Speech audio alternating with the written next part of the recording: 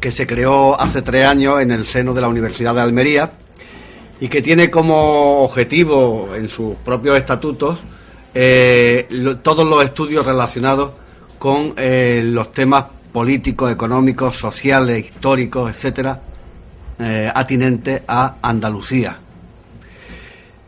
Dentro de la preocupación que la cátedra tiene por mantener un contacto vivo con los temas verdaderamente candentes que interesan a la ciudadanía y que interesan a los poderes públicos, se ha programado este encuentro sobre ordenación del territorio, vivienda, urbanismo en la Costa del Sol.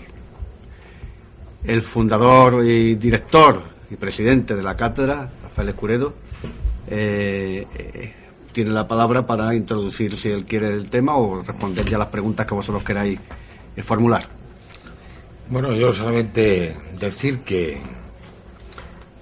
esta jornada, que lleva el título La Costa del Sol hacia un nuevo modelo territorial, y del que le podremos dar algunos, va a tratar de un abanico de cuestiones que son de actualidad. Se va a hablar de una parte de los planes de ordenación del territorio, se va a hablar de la legislación de desarrollo de este plan de ordenación del territorio, como son los planes subregionales, se va a hablar de los temas de la Costa del Sol, de la protección urbanística de la Costa del Sol, se va a hablar de los ayuntamientos, se va a hablar de las ciudades, se va a hablar del urbanismo, se va a hablar de incluso la protección penal de la ordenación del territorio y el urbanismo. En definitiva, se van a hablar de temas que hacen referencia a cuestiones de la Costa del Sol, yo diría que con carácter específico y con carácter singular, y al margen de las preguntas que ustedes tengan a bien hacerme o hacernos, sí les diré que las haremos públicas estas conclusiones.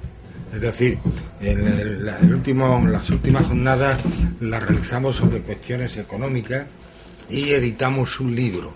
Nuestra idea también es que todas estas conclusiones puedan desembocar en un libro que esté al alcance de los agentes jurídicos, funcionarios, partidos políticos, asociaciones, etcétera, que estén interesadas y que piensen que esta documentación o este libro que editemos podrá ser una herramienta eficaz para planteamientos de futuro sobre los temas de la costa. Yo solamente les diré un asunto, solamente les diré una cuestión. Todos los temas que han pasado por excesos urbanísticos en la Costa del Sol traen causa de un deficiente y en algún caso inexistente desarrollo del plan de ordenación territorial de Andalucía, al punto que los planes subregionales de Andalucía prácticamente se han quedado como una herramienta media y el sistema de protección costero está en tramitación. Entonces, esa ciudad compacta, esa ciudad eficiente, esa ciudad plural, esa ciudad que el POTA define como que tiene que ser una ciudad sostenible, atendiendo los recursos hídricos, la energía, los servicios y todo lo referente al asentamiento ciudadano en un ámbito municipal, lo que se llama la sostenibilidad, es un eje central. Pero un dato preocupante. Entre las medidas de urgencia del decreto 2/2012, de los 62 municipios de la Costa del Sol, solamente 10 se han acogido a las medidas y a los criterios que establece el plan de ordenación territorial urbano para Andalucía. Es decir, el plan de ordenación territorial para Andalucía, quiero decir. Consiguientemente, es mucho lo que queda por hacer. Pero lo que no conviene es quedarnos en los aspectos estrictamente negativo de los excesos y de las insuficiencias de los planes urbanísticos, como tampoco parece que sea, a mi juicio, algo que debemos alimentar, que es la demonización del sector de la construcción, etcétera. ¿Por qué razón? Porque la Costa del Sol, la primera actividad económica es el turismo. La Costa del Sol, evidentemente, tiene también otras actividades, sectores industriales, etcétera, pero la primera actividad económica es el turismo.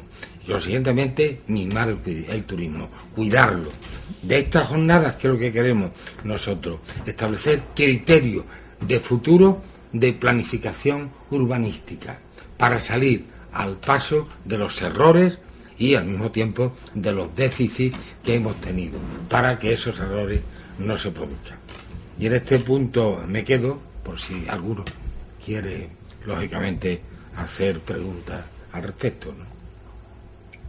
En una costa que está ya prácticamente saturada, ¿cree que hay margen como para actuar en esta línea? Yo lo que creo es que todo no puede ser playa, sol y campo de golf. Que alrededor de todo esto sí cabe, evidentemente, no, lo que no cabe es hacer apartamentos porque hay un exceso de oferta, pero sí cabe alrededor de estas tres patas que son definitorias, pero que se quedan escasas, se quedan cortas para definir cómo todavía la construcción alrededor de estos tres ejes centrales puede completarlos y puede optimizarlos, ¿no?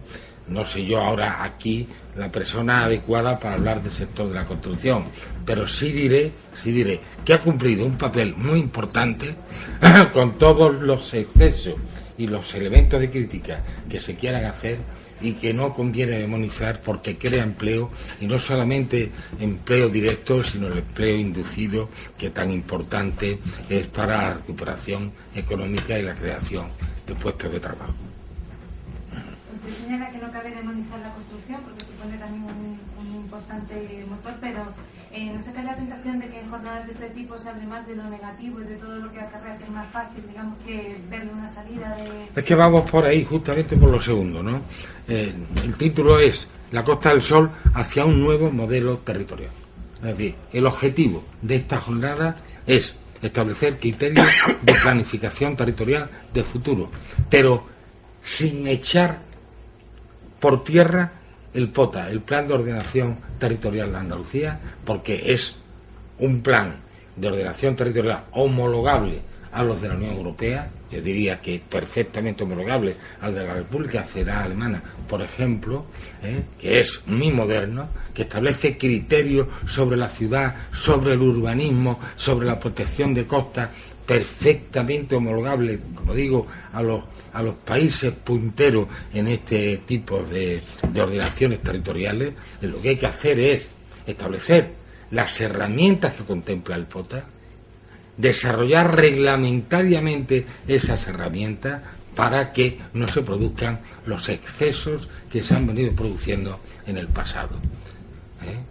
Pero contando también, porque yo lo decía hace un momento, en los aspectos positivos que ha tenido todo el desarrollo de la costa. Es decir, demonizar o criticar está bien siempre y cuando se tenga la mirada hacia el futuro, y el pasado sea un referente en los elementos críticos, los errores, para no incidir en ello o no volver a cometerlo.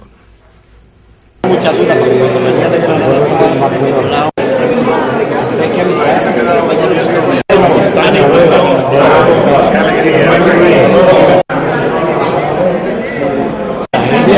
Ayuda más política, sobreempleo,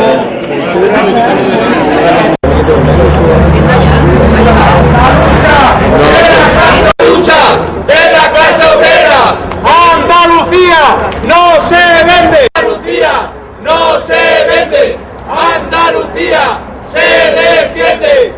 Susana Bandera, también tenéis tijeras. Susana Bandera, también tenéis tijeras. Susana Bandera, también tenéis tijeras. No queremos a Susana ni machaquetar de pana. No queremos queremos a Susana ni machaquetas de pana. No queremos a Susana ni machaquetas de pana. ¡La lucha! ¡No nos mires! ¡Únete! ¡No nos mires! ¡Únete! Que mi trabajo es mirar. Otra. Sociales. También se lo preguntáis. Y le preguntáis los 176 millones de euros en políticas de sanidad. También se lo preguntáis. Y las 16.000 familias que se han quedado sin puesto de trabajo porque la Junta no le renova el contrato. También se lo preguntáis, que son muy socialistas. Dejad obreros y a obreras en la calle. Eso se lo preguntáis también. Preguntarle en qué rango está Andalucía en el paro. 1 millón de parados. También se lo preguntáis. Que la solución está aquí arriba. Mira, Botín tiene la solución, los bancos tienen la solución. Da igual que la especulación de los bancos y las grandes empresas no hayan metido en este jaleo. Los banqueros tienen la solución, aquí está. Qué contenta nuestra presidenta no electa, qué contenta está con Botín. Eso es lo que hay que hacer, para estar con los fascistas. Para estar porque este es un consorte, un noble consorte. Con los aristócratas, con los terratenientes. ¿Pero esto qué es? Es que aquí no, por la reconciliación hay que olvidarlo todo, aquí no hay que olvidar nada. Mientras haya un pariente en una cuneta enterrado porque le pegaron un tiro por ser de izquierda, aquí no se oculta nada y aquí no se olvida nada y aquí no se perdona nada. Aquí hasta que los culpables paguen y hasta que se le dé un entierro digno a todos los que están en las cunetas, aquí no se olvida nada y aquí no hay reconciliación, porque aquí no hubo reconciliación. Aquí España, los españoles, los diferentes pueblos vascos, catalanes, andaluces, todos nos tuvimos que callar. Y encima nos metieron al Borbón de regalo. Y encima los pactos de Madrid, para cortarnos más los derechos económicos. Y encima la unidad de España, que eso el PSOE lo ha asimilado muy bien.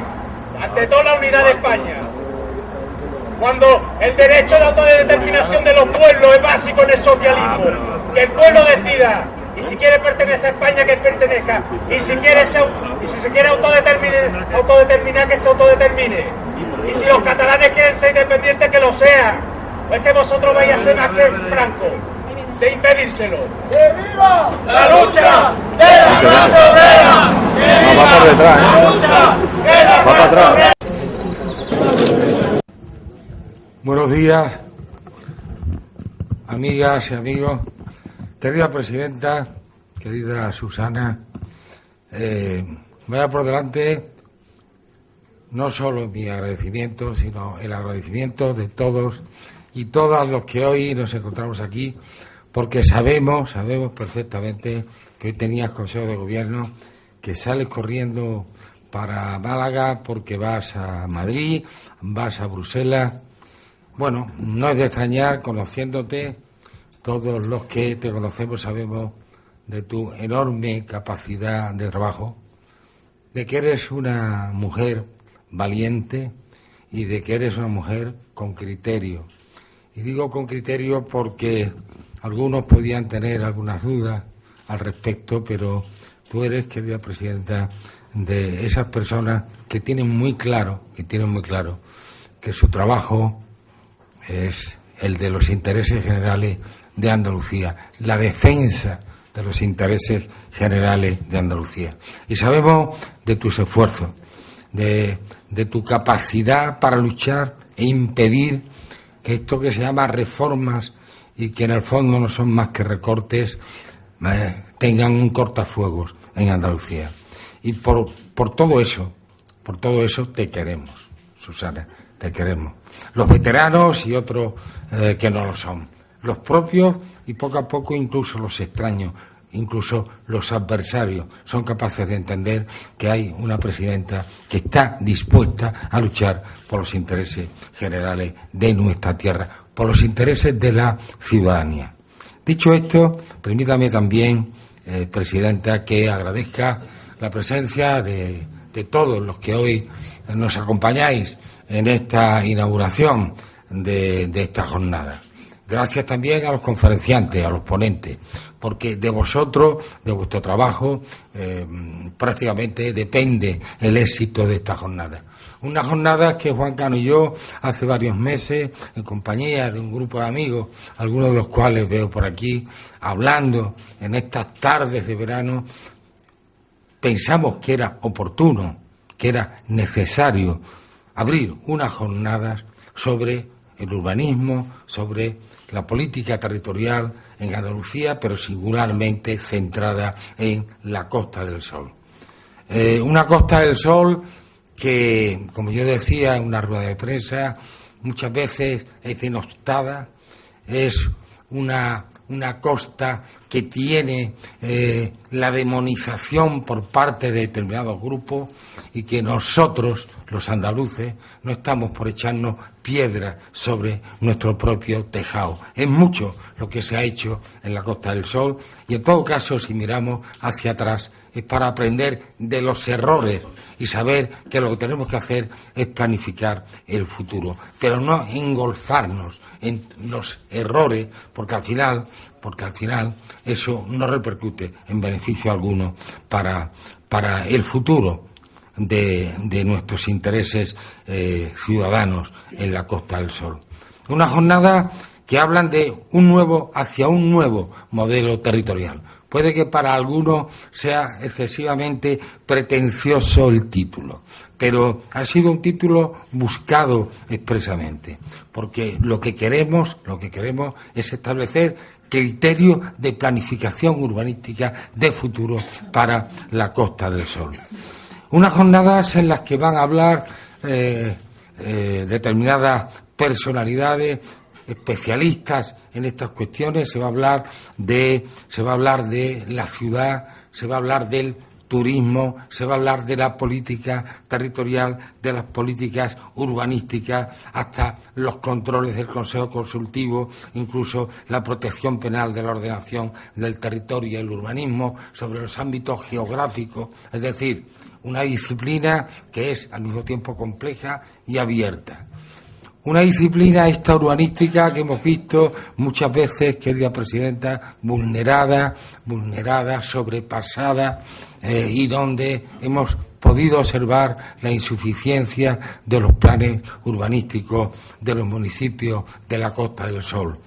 Y lo hemos visto a veces incluso jaleado por intereses contrarios a los de la propia costa andaluza y los verdaderos e ilegítimos intereses de esta costa que queremos nosotros defender y reivindicar con criterios no del pasado, sino del presente y sobre todo del futuro.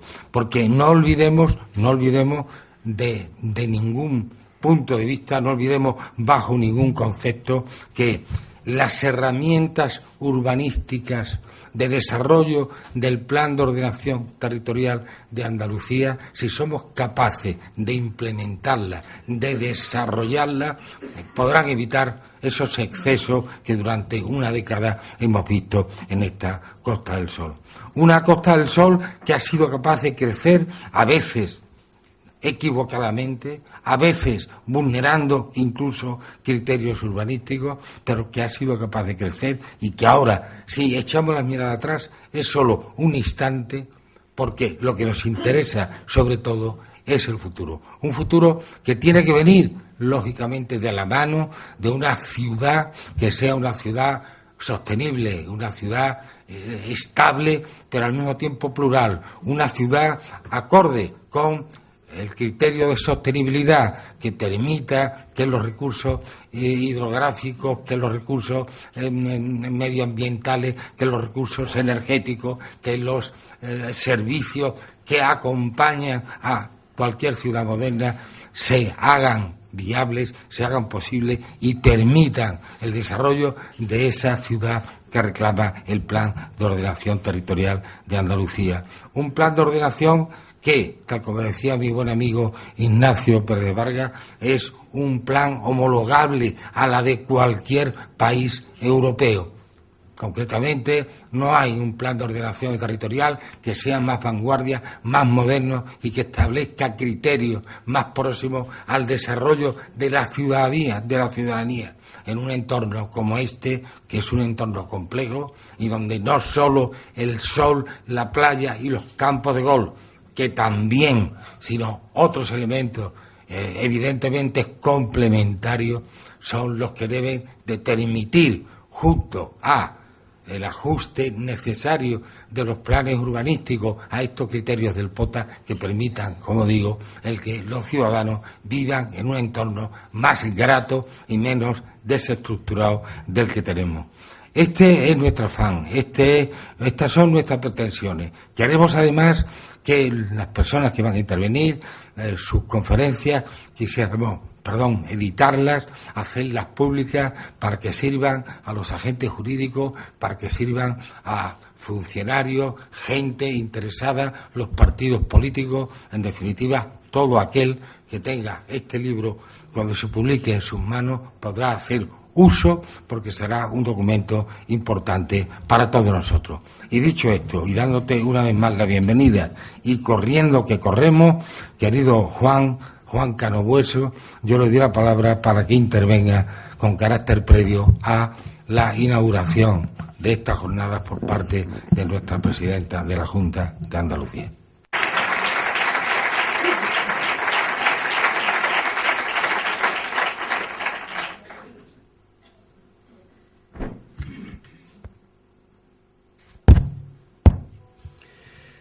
Muchas gracias. Buenos días o buenas tardes, querida presidenta, querido Rafael.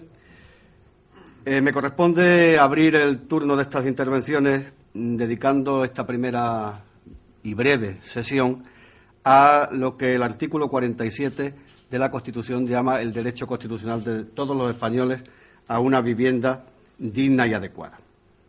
El contenido de algunos de estos preceptos de la Constitución española, lo que la Constitución denomina los principios rectores de la política social y económica, han cobrado en tiempos recientes una especial importancia. La necesaria transversalidad de las políticas medioambientales y, por supuesto, el precio encarecido de la vivienda ha hecho que los poderes públicos vuelquen su mirada hacia esta parte de la Constitución económica, generalmente poco analizada, y cuestiones que están realmente orientadas a hacer efectiva la igualdad y la dignidad de la persona, y por tanto no se alcanza a comprender cómo, en términos de desarrollo constitucional, estos preceptos, y particularmente el de la vivienda, durante tantos años han estado bastante postergados. A nadie escapa que mientras que nos hemos dotado de, por ejemplo, un sistema de salud a través de un régimen público de seguridad social universal y gratuito, que es una realidad consolidada, la destrucción del medio ambiente o la inaccesibilidad de los ciudadanos o de buenas capas de los ciudadanos a políticas de vivienda son asignaturas pendientes de nuestro desarrollo constitucional que impactan muy negativamente sobre la salud física y psíquica de la ciudadanía. Naturalmente, las dificultades de acceso de grandes capas de población, fundamentalmente los jóvenes y los obreros por cuenta ajena, los trabajadores por cuenta ajena, a una vivienda, ha introducido en la agenda política, particularmente en la agenda política del Gobierno andaluz, la necesidad de impulsar una legislación avanzada que dé contenido a este derecho a la vivienda. Hay que decir que el derecho a la vivienda, aunque esté en los principios rectores de la política social y económica ubicado, no es una norma programática, es una norma, es un derecho, es una norma con vocación de efectividad y es una apuesta decidida del poder constituyente a favor de la dignidad de la persona. Aparece íntimamente vinculado a los valores guías que el Estado social de derecho pone en marcha y su significación y alcance no puede contemplarse al margen de la sociedad democrática avanzada de la que habla el preámbulo de la Constitución. Además, la vivienda, como bien sabéis, es un marco espacial de carácter primario e imprescindible, porque viene a satisfacer necesidades de todo tipo. Necesidades biológicas, en cuanto es albergue, es elemento de la protección contra la meteorología, es conservación de la salud, necesidades personales, porque está relacionada con la intimidad, con el bienestar de la persona, con la seguridad de los ciudadanos, y necesidades colectivas y medioambientales, por cuanto está relacionada con la convivencia, con el esparcimiento, con el acceso a bienes culturales, etcétera, etcétera. Y esta pluralidad de derechos que la vivienda satisface le ha otorgado el derecho constitucional un tratamiento especial a lo largo de su historia.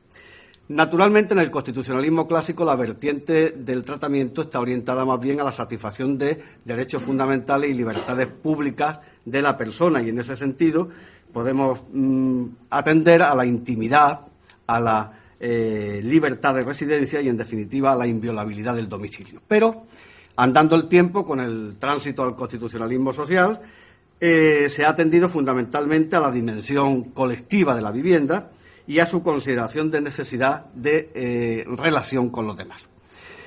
Que el derecho a una vivienda digna está en la Constitución es una verdad incontrovertible. El problema más bien se plantea en cuanto a su efectividad y eficacia. Y ello porque, como saben, el derecho a la vivienda no está colocado en el capítulo 2 del título 1 de los derechos fundamentales y las libertades públicas. De estos derechos fundamentales y libertades públicas cabe predicar su efectividad inmediata, su imperatividad inmediata, su desarrollo mediante una ley orgánica, su eficacia frente a terceros, su proscripción al decreto ley o al decreto legislativo, y además está protegido estos derechos fundamentales y libertades públicas por un recurso especial ante el Tribunal Constitucional, el recurso de amparo, al que se accede una vez que se han agotado las vías previas de defensa de ese derecho. Incluso se podría decir más, esta parte de la Constitución, de los derechos fundamentales y de las libertades públicas, está protegida por el mecanismo de reforma agudizado o agravado de la Constitución, el que protege a la monarquía, a los derechos fundamentales y a los elementos esenciales de la Constitución. Bueno, pues este nivel de protección no se da en el derecho a la vivienda. No se da en el derecho a la vivienda, que está colocado en los principios rectores de la política social y económica, y que, por tanto, tiene el sabor de un efecto, de una política promocional que incumbe a los actores públicos, a los poderes públicos. Esta parte de los derechos, de los principios rectores de la política social y económica, es un cajón desastre donde se mezclan actividad promocional de los poderes públicos, el objetivo del pleno empleo, se mezclan actividad institucional como el régimen de la seguridad social, se mezclan otros derechos como el derecho al medio ambiente y a la vivienda digna. En fin, es un cajón desastre de indudable valor normativo donde conviven directamente constitucionalizados actividades proteccionistas por parte de los poderes públicos y derechos que, para que existan, necesitan una ley de interposición. Por tanto, la creación de derechos efectivos a partir de los principios rectores de la política social y económica necesita una configuración legal del Parlamento de Andalucía en la que se fijen las condiciones y requisitos de su ejercicio y, por tanto, solamente podrán ser accionados ante los tribunales en las condiciones y requisitos que fijen la ley de interposición, sin perjuicio directamente de que el artículo 53.3 de la Constitución les conceda ya el poder informador de la legislación positiva, la práctica judicial, la actuación de todos los poderes públicos y solo podrán ser alegados ante los tribunales, como digo, en las condiciones y requisitos que contenga la ley. Bueno, el alcance material de este derecho. Pues el alcance material de este derecho hay que hacer una interpretación que viene traída fundamentalmente del derecho civil. Saben que el vocablo disfrutar de una vivienda digna y adecuada, tiene en el campo del derecho civil una significación propia que está indisolublemente unida a la posesión o uso de ese bien o ese derecho. Disfrutar o gozar de una cosa implica la capacidad o posibilidad de tener o usar de los beneficios de esa cosa, distinto, por cierto, del derecho de propiedad, que es la titularidad sobre una cosa o un bien, pero que no necesariamente comporta la facultad de disfrutar de ella, puesto que la puede tener otra persona por otro título, por ejemplo, un arrendatario, por ejemplo, un usufructuario. El interés que entonces protege el artículo 47 de la Constitución es que los españoles puedan disponer, usar o acceder a una vivienda digna y adecuada por cualquiera de los títulos jurídicos admitidos en derecho, tanto la propiedad como el arrendamiento. La efectividad de este derecho estará entonces en función de la existencia de un parque de viviendas suficiente, nutrido naturalmente por el mercado social que sanciona nuestra Constitución y por la actividad de los poderes públicos corrigiendo ese mercado de distintas formas e iniciativas. Pero, sin embargo, ello no significa que la satisfacción del derecho de acceso a la vivienda no tenga dificultades. Dificultades de carácter objetivo que empiezan por la satisfacción directa en el mercado, pero que también se extienden a los problemas de la promoción de vivienda pública. Y es una cuestión compleja, desde el punto de vista económico sobre todo, porque la necesidad de viviendas en un mercado de residencia libre, de circulación libre de bienes, mercancías y servicios, está dotado de una gran movilidad y hace difícil su programación general. Y es complejo porque la vivienda es un bien de consumo muy costoso y su construcción dilatada en el tiempo en contraste con el relativo o con el gran éxito que ha tenido la programación de producción económica de los bienes industriales en serie. Y es complejo porque el mercado de la vivienda es tributario del mercado del suelo, que es un mercado de naturaleza fundamentalmente oligopolística e imperfecta, y por tanto la vivienda emerge como un agregado de bienes en cuyo proceso de gestación y acumulación de plusvalía intervienen sujetos privados y sujetos públicos. Y es complejo porque la financiación de la construcción masiva de viviendas requiere de grandes movilizaciones de recursos financieros y crediticios, y mientras que solo un sector mínimo de la población puede satisfacer su demanda en el mercado libre de vivienda, los poderes públicos han tenido que intervenir en el mercado, bien financiando directamente la construcción o la adquisición, o bien indirectamente interviniendo sobre el mercado hipotecario, facilitando el crédito o fomentando el ahorro. Y todo esto, toda esta ordenación constituye la convencionalmente llamada política de vivienda. Por tanto, una visión macroeconómica nos lleva a pensar que en este sector se implican recursos financieros abundantes, empleo abundante, y todo ello comporta la construcción y la incidencia en el ciclo económico de una manera muy importante. De manera que se le ha llamado a este sector el efecto locomotora sobre la economía, efecto que puede ir en una doble dirección, bien en la construcción de nuevas viviendas, lo cual supondrá dotaciones, infraestructuras y servicios nuevos, o bien en la rehabilitación de viviendas, bien sea viviendas de interés general en cascos antiguos, o bien sea rehabilitando zonas degradadas de la ciudad.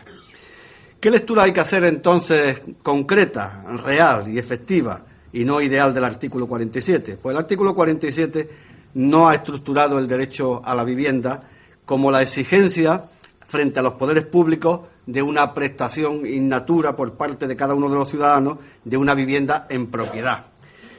Más bien, lo que significa el artículo 47 de la Constitución es la obligación de los poderes públicos de, primero, promover las condiciones necesarias para hacer efectivo este derecho; segundo, establecer las normas pertinentes, legislativas o administrativas, conducentes a ello; tercero, regular la utilización del suelo con vista al interés general, evitando la especulación; y cuarto, declarando que la comunidad participará en las plusvalías que se generan con la actividad urbanizadora. Entonces, el derecho a una vivienda digna y adecuada desemboca finalmente en la actividad urbanística y la ordenación del territorio, es decir, la vivienda al final es tributaria de una buena planificación y de una buena ejecución de la planificación, de la propiedad del suelo. Parecería en el terreno de los principios que durante todo el desarrollo del constitucionalismo liberal burgués, la afirmación del derecho social, como el derecho a la vivienda, exigiría para su efectividad el sacrificio total o parcial del derecho de propiedad del suelo, un derecho eminentemente individual y que la mayoría de las constituciones goza de una protección constitucional. La realidad es que las consecuencias económicas y sociales del fenómeno de la acumulación de las plusvalías en los propietarios son enormemente perjudiciales porque al final inciden de una manera directa en el precio del suelo. El mecanismo institucional que justificaba la apropiación de todas estas plusvalías en el propietario era precisamente el derecho de propiedad. Bien en su versión de derecho liberal absoluto, omnímodo, al que se adhiere todo, bien en su versión de derecho social laic, que a la postre no llevaba más que a una admonición al propietario inactivo. Frente a este estado de cosas ha reaccionado el constitucionalismo social, que pretende, desde una nueva interpretación progresiva de la función social de la propiedad urbana, que ésta sirva de soporte a los instrumentos urbanísticos y haga efectivo el cumplimiento de un derecho tan importante y tan condicionante de otros derechos fundamentales y libertades públicas. Que en la historia del urbanismo han existido posiciones diferentes, lo prueban apenas se mire en el constitucionalismo comparado. Soluciones de tipo nacionalizador, soluciones de municipalización progresiva de suelo urbano, soluciones de tipo fiscal, sistemas de cesión de terrenos, formulación de las políticas francesas o italianas de desagregación del derecho de propiedad del suelo y del ius edificandi que va por otro lado, o, como se conoció en la época esplendorosa de la señora Margaret Thatcher, las vías de desregulación y liberalización del urbanismo. En realidad, en la práctica de nuestros ordenamientos jurídicos conviven un poco todos estos modelos, y salvo el de la nacionalización integral del suelo, que obedece a un modelo colectivista que no tendría encaje en el artículo 47, todos los demás son parcialmente aprovechables. Nuestra Constitución ha elaborado una distribución de competencias concurrentes en la que no puedo entrar, y nuestra comunidad autónoma ha fijado su posición a través del Parlamento de Andalucía, en la Ley de Ordenación Urbanística de Andalucía, en la Ley del Derecho Regulador del Derecho a la Vivienda y en la Ley más reciente de medidas para asegurar el cumplimiento de la función social de la vivienda. Y aquí viene enmarcada la actividad del Parlamento desde un entendimiento, como ha hecho tradicionalmente Andalucía, de que las políticas públicas y más las de corte social tienen que tener una vocación claramente transformadora. Reaccionando a esta política progresista y transformadora de la Junta de Andalucía, recientemente, en fecha 14 de enero de 2014, el Gobierno de la Nación, concretamente el presidente del Gobierno, el señor Rajoy, ha interpuesto recurso de inconstitucionalidad contra determinadas disposiciones de la Ley de Medidas para asegurar el cumplimiento de la función social de la vivienda. Y como ustedes saben, el recurso del presidente del Gobierno suspende automáticamente la vigencia de la norma. Y respecto a qué temas se ha interpuesto el recurso, pues en primer lugar en las obligaciones, en los deberes que incumben al propietario, sobre todo en el deber de destinar el bien a uso habitacional. Se ha impugnado también la definición de viviendas deshabitadas. Se ha impugnado también la configuración como infracción muy grave por no dar efectiva habitación a la vivienda siempre que el titular sea una persona jurídica. Y sobre todo, lo que más ha perturbado al Gobierno de la Nación ha sido la declaración de interés social a efectos de expropiación forzosa temporal para la cobertura de necesidad en las personas en especiales circunstancias de emergencia social. Personas bien que estén incursas en procedimientos de desahucio por ejecución hipotecaria o que, como consecuencia de ejecuciones de avales para garantizar un crédito hipotecario, deban responder con su propia vivienda ante la entidad financiera, o cuando la vivienda garantiza un préstamo bancario a trabajadores autónomos o por cuenta propia.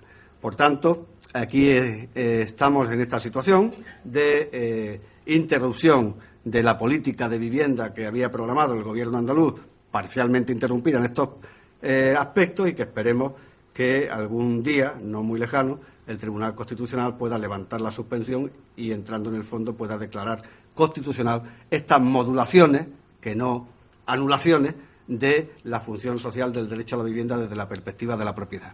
Muchísimas gracias.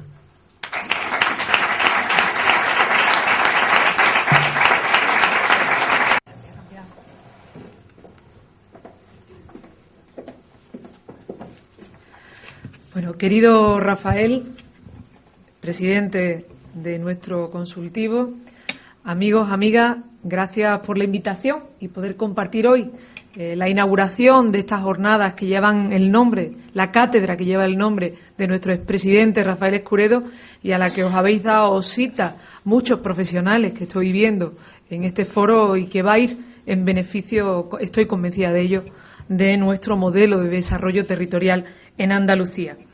Decía que para mí es muy grato esta inauguración en un momento que el debate que tenemos sobre la mesa también contempla cuál es el nuevo modelo de construcción sostenible que necesita a Andalucía. Lo decía hace tan solo unos días, Andalucía tiene que volver a reactivar el sector de la construcción, aprendiendo de los errores del pasado, corrigiendo aquello que no hemos hecho bien, pero impulsando un sector estratégico para la economía andaluza. Todos hemos asumido que a veces, quizás algunos muy tarde, que si hemos vivido de la naturaleza, tenemos también que hacerlo, tenemos que vivir por la naturaleza y para la naturaleza.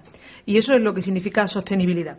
Sostenibilidad es fundamental, es un elemento fundamental, es una referencia para las políticas que llevemos a cabo los gobiernos en el presente y en el futuro inmediato. Este término comporta un cambio de modelo que integra desde el desarrollo económico, la justicia social y también la calidad medioambiental. Y porque sustituye un cambio en la jerarquía que hasta ahora teníamos entendido lo que suponía la sociedad y su entorno, pasamos a un concepto más global de la sociedad, donde ya no se pueden contemplar como elementos estancos la naturaleza, la economía y la propia sociedad. El territorio, los pueblos y las ciudades son claves en los procesos de generación de riqueza y son claves también en el nuevo marco económico en el que queremos que las áreas urbanas sean áreas de innovación tecnológica, áreas de innovación empresarial y, por tanto, importante para el desarrollo económico de Andalucía. Nuestras ciudades son decisivas si queremos generar valores sociales más amplios, valores que vayan más allá de la mera lógica económica y que contemplen y protegen valores fundamentales como la conservación de la naturaleza, la cohesión social o la identidad cultural. Otro papel relevante tiene que ser conseguir servicios públicos de calidad que funcionen y que se presten en las mejores condiciones para los ciudadanos y ciudadanas que residan en esos municipios. Y dentro de esta última cuestión de trabajar por ofrecer una mayor calidad de vida, la base fundamental es que la sostenibilidad tenga también base local. La calidad de vida atrae y la calidad de vida también retiene. La calidad de vida atrae inversiones, atrae innovación y retiene talento y retiene capacidad emprendedora. Si queremos avanzar en el concepto de una ciudad sostenible, de servicios públicos de calidad, si estamos permanentemente preocupados porque la calidad de vida sea la seña de identidad de nuestras políticas, tenemos que hacer un trabajo colegiado y responsable. Quizás algunas cosas no han funcionado como esperábamos, seguramente en algunas cosas nos hayamos equivocado y seguramente también nos hayamos demorado en algunos temas. Pero lo que sí les aseguro es el firme compromiso del Gobierno de Andalucía de que vamos a seguir trabajando por intensificar las cotas de productividad, vamos a seguir trabajando por mejorar nuestro crecimiento económico y, sobre todo, por mejorar nuestra calidad de vida y nuestro bienestar. Queremos profundizar en la identidad de cada municipio y de cada comarca de Andalucía. Todo eso nos va a permitir potenciar la imagen del conjunto de Andalucía y, en ese sentido, sabemos y somos conscientes de que necesitamos que el nuevo modelo económico sea más moderno, más avanzado, que apueste por la ciencia, por la innovación y por el desarrollo tecnológico. Tenemos que hacer de Andalucía un territorio equilibrado, un territorio vertebrado, donde todos en cada uno de los rincones de Andalucía gocemos de las mismas oportunidades, donde tengamos una sociedad cuya cultura sea moderna e innovadora, una sociedad en igualdad, con los mismos derechos hombres y mujeres, un pueblo generoso, un pueblo cooperante, un pueblo abierto al diálogo, un pueblo donde no solo vivamos, sino donde expliquemos a los demás en qué consiste nuestra propia forma de vivir. Una sociedad, la andaluza, que tiene que ser atractiva y una tierra atractiva para querer vivir aquí. Hemos iniciado el camino, pero todavía nos faltan muchos pasos para llegar a la meta. Y estoy convencida que este foro va a ser un foro importante por esas conclusiones beneficiosas que nos van a reportar y que nos van a alimentar en el trabajo que está desarrollando, como decía, el Gobierno de Andalucía, y que luego haré algún anuncio en concreto. Estoy convencida de que vale la pena seguir adelante, que vale la pena seguir haciendo un esfuerzo, aunque resten todavía cosas por hacer, aunque la satisfacción no sea completa, aunque haya cosas que se han conseguido y otras que lamentablemente no podemos reconocer que haya sido así. Pero sí es cierto que tenemos que mandar un mensaje de esperanza y de confianza en el futuro de la sociedad andaluza. Andalucía tiene que estar presente en la estrategia de transformación que nosotros estamos liderando desde el Gobierno de Andalucía. Ese desarrollo de un modelo económico y social sostenible, cuyas claves descansen en la innovación, en el valor del capital humano que tiene Andalucía y en el fomento de esa cultura emprendedora compatible con el respeto al medio ambiente. Todos los responsables políticos, todos, incluidos, y el primero, el Gobierno de Andalucía, tenemos que renovar cada día nuestro compromiso para hacer compatible, como decía, ese progreso, esa capacidad de crecer económicamente con la conservación del medio ambiente. Estamos dispuestos a revisar modelos. Estamos dispuestos a debatir lo que sea necesario. He visto distintas mesas a lo largo de estas jornadas que van a tener 2 días. Vamos a seguir en Andalucía incentivando el crecimiento, incentivando la actividad económica, pero lo vamos a hacer siempre que no ponga en peligro el patrimonio natural de los andaluces y de las andaluzas, porque ese es su futuro. Y les digo aquí que, como somos conscientes de que tenemos que incentivar nuestro crecimiento económico, que tenemos que movilizar todos los activos económicos de Andalucía para crear empleo, que dentro del objetivo que ya me han escuchado de reducir trámites burocráticos dentro de la Administración andaluza, les haré un nuevo anuncio. La Junta de Andalucía ultima un nuevo decreto sobre las competencias que tiene la propia Junta en ordenación del territorio y urbanismo, que vamos a presentar como un proyecto para facilitar a los ayuntamientos el reducir los plazos de tramitación de sus planeamientos urbanísticos. Creemos que es necesario que las comisiones provinciales de coordinación urbanística simplifiquen, integren y armonicen esos informes preceptivos que se tienen que emitir por parte de la Administración andaluza y que vamos a aprobarlo, lo llevaremos a Consejo de Gobierno durante el mes de febrero. Del mismo modo, tengo que decirles que estamos analizando diversas normas, como la LOA, que creemos que tienen que facilitar las iniciativas que busquen el desarrollo del territorio, siempre desde el respeto a nuestra sostenibilidad. Estamos en un momento distinto y ante un momento distinto hay que revisar, como decía antes, nuestras normas y hacerlas compatibles con el desarrollo económico de Andalucía y con el respeto a nuestro patrimonio natural. Decía que me he comprometido a reactivar el sector de la construcción. Y quiero que entiendan que tenemos 600.000 andaluces, hombres y mujeres, que han perdido su empleo desde el inicio de la crisis y que vienen de aquí, del sector de la construcción. Muchas pequeñas y medianas empresas que se han visto abocadas al cierre y que necesitan el impulso y la reactivación de un sector estratégico para el crecimiento de Andalucía y para la creación de empleo. Tiene que ser compatible con la defensa de la protección de nuestro patrimonio natural. Y además creo que esa es de las asignaturas que todos hemos aprendido después de una crisis como la que estamos atravesando. Aprender aquello que no funcionaba, aquello que demonizó un sector, el sector de la construcción, cuando realmente lo que debimos demonizar todo fue la especulación con nuestro patrimonio y, como bien decía el presidente del Consejo Consultivo, con un bien a proteger que es el derecho a la vivienda. Termino. Hoy Vamos a seguir impulsando ciudades limpias, sin ruido, sin contaminación, con zonas verdes que ahorren energía, con accesos al medio natural más próximo y, sobre todo, ciudades en las que los ciudadanos tengan calidad de vida.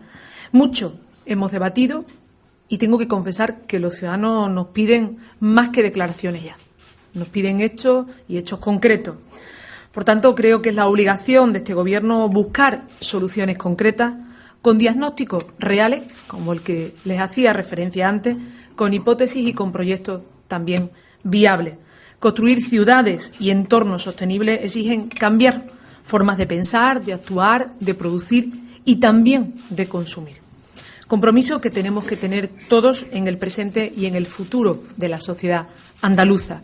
Es importante que las administraciones se comprometan en la aplicación de las políticas eficaces en la ordenación del territorio, que sean ágiles, por eso hacía referencia a la necesidad de esta normativa que pretende agilizar la gestión por parte de la Administración y no suponer un freno, ser también eficaces en las infraestructuras de transporte y en la dotación de servicios públicos de calidad. Necesitamos, lógicamente, un marco de colaboración entre todos, entre las administraciones, los empresarios, los profesionales, los técnicos y, por supuesto, la ciudadanía. Y en esta línea de actuación tengo que decir que muchas ciudades andaluzas son incubadoras en lo que se pone a prueba nuevos modelos, nuevos proyectos basados en la innovación, en el desarrollo y en la investigación. En Andalucía queremos estar el prototipo de la ciudad y la sociedad del futuro, en la que muchos de los hábitos energéticos tendrán que cambiar y tendrán que dar respuesta a la actual crisis económica y también medioambiental que estamos viviendo. Todos los que estamos aquí podemos coincidir en algo, que Andalucía, pero también Europa, tiene que ser más competitiva y más próspera, protegiendo su medio ambiente y haciendo bandera del desarrollo sostenible. Esas tienen que ser las señas de identidad de la forma europea de entender el progreso.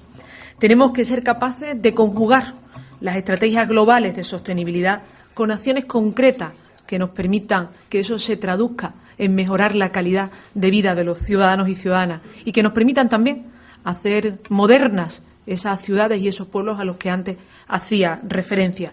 Los andaluces tenemos que ser valedores de la sostenibilidad, que es hacer posible todo y hacer posible y tangible que esa sostenibilidad sea para todos y para todas.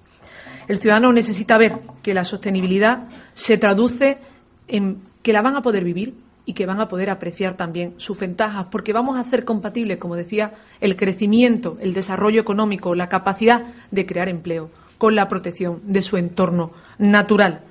Si partimos de la base de que las personas son el centro de nuestras políticas y eso para el Gobierno de Andalucía es irrenunciable, a eso responde la Ley de Función Social de la Vivienda, que tiende a proteger, como decía antes, el derecho más básico, que es el derecho a la vivienda. Si partimos de esa base, que el centro de nuestra política tienen que ser las personas, tenemos que conjugar necesariamente tres elementos: la calidad de vida, la conservación del patrimonio natural y el progreso económico y social de nuestros pueblos. Hay que contar con esos tres pilares si queremos que Andalucía mire en mejores condiciones el futuro inmediato al que tiene que hacer frente. Compartimos, como decía, esa convicción. Estoy convencida que el trabajo en el día de hoy y en el día de mañana va a contribuir a ese desarrollo territorial sostenible que hace referencia la jornada. Y estoy convencida también que todos compartiremos que tenemos una obligación, la obligación de dejar municipios, pueblos, ciudades en Andalucía más habitables a las generaciones del futuro. Muchísimas gracias y buen trabajo.